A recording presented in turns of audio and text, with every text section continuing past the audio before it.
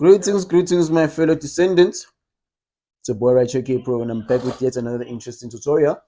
I'm back and forever back. So today I'm going to be talking about a very simple topic, and I'm going to be very, very fast so that you guys can actually understand it. So I'll be talking about your language, which is your question 5 in English, right? Your language, right? In your language, there's only 4 things or 3 things that I have to talk about, then I'm done. I hope I'm making sense. Sure. So what is it? I'm going to talk about your malapropism, right? I'm going to talk about your malapropism. The best tutor in Africa, right? Now, what is your malapropism?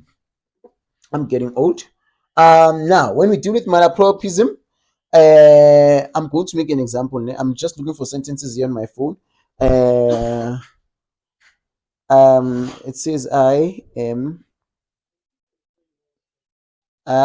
dating 2 girls, right? So we have a sentence like this, which will say to you, I am dating 2 girls, right? Malapropism.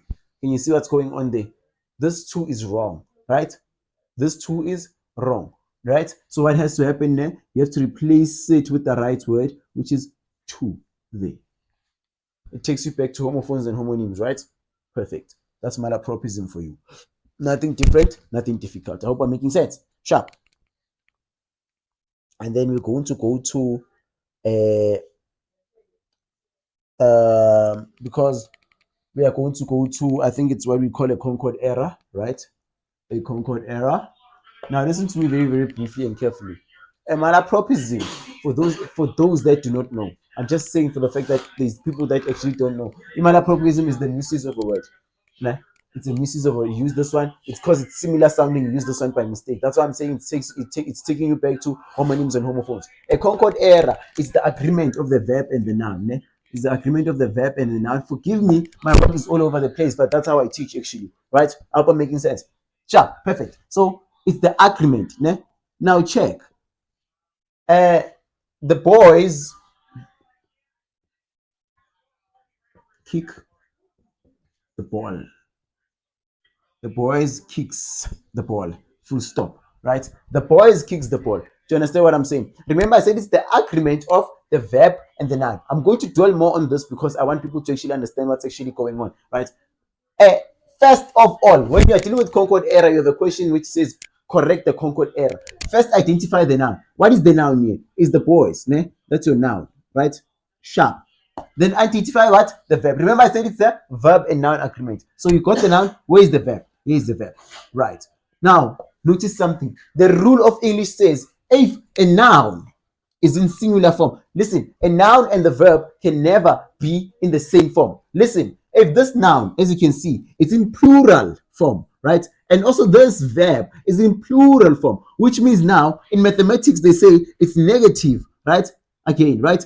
It's negative. And then what happens here? It's negative, right? Can you see what's going on there? And when these two things multiply each other, it's like unlike it's the same charge, right? In physical science, they say it's objects with the same charge. What will they do? They will repel. They will push each other away. I'm talking about a magnet now. Yeah? I'm making an example of a magnet. If I put the North Pole and the North Pole next to each other, they will repel. So it's the same thing with English. The North Pole and the North Pole can never come together. It will make this whole sentence wrong, right? So it must be opposite because opposite charges attract. So what am I saying? We cannot never have plural and plural. No. If one is plural, one must be in singular form, right? Which means we must eliminate one. So what do? Sometimes you might choose, depending on the manner or the order of the sentence in which you were given.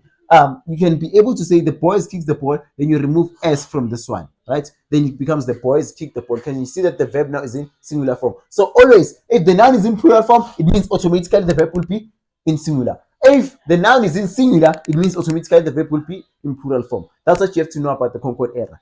Nothing else. Just look at the noun and the verb and you're gone. I hope I'm making sense. All right. And what else do you guys see as a problem? I see ambiguity. I'm gonna make a very, very common example, right? Number 3 is ambiguity. Now in ambiguity, what happens is that in ambiguity, when we say someone is ambiguous, It's when we say someone is ambiguous, I could say it's multiple meanings. It's something that has two or more meanings, right? It's something that has multiple meanings. So when we say now it's multiple meanings, let me make an example. K Pro. K Pro is a stoner. Full stop. K Pro is a stoner. The word stoner could mean that I I attack people with stones. Yeah, I attack people with stones. The word stoner could also mean that I take drugs. I'm making an example. I'm not saying they'll ever ask this type of a question, but you guys have this new wave of talking about stoners and people that smoke. So I decided to create this example when I was doing some of my notes. So Kpro is a stoner, right? So you know that this could mean that I take drugs or I take whatever you guys take, which is weed, or I throw people with stones. Do you understand what I'm saying? That's ambiguity right there. It has multiple meanings. You never know which meaning it's actually implying to. All right, no problem then. Then what is it that you have to understand when it comes to your language? If you know your ambiguity, you know your malapropism, remember that your malapropism, right? When they say your malapropism and tautology, they're talking about the same thing, right? So you don't confuse any of that, your Concord error, and then you know your ambiguity. Anything else that they're going to ask you about, it would be about punctuation, right? Anything that they ask you about from there onwards would be regarding punctuation. Now, when it comes to punctuation, I will attach a document on punctuation, which you can download and see the functions of punctuations and how they work so that you can be able to answer questions on the punctuation. Otherwise, that's it from me when it comes to your language portion. If you have any questions or any comments, please do comment. Follow us on Facebook, Masters. Follow us on YouTube. Like, subscribe, and comment on our content. Show us love. It keeps us going. Go to TikTok, Masters 3, and that's it from me. I'm gonna do question papers on this topic so that you guys can understand it even further. From me, your boy, out here, K Pro ATM. I'm out.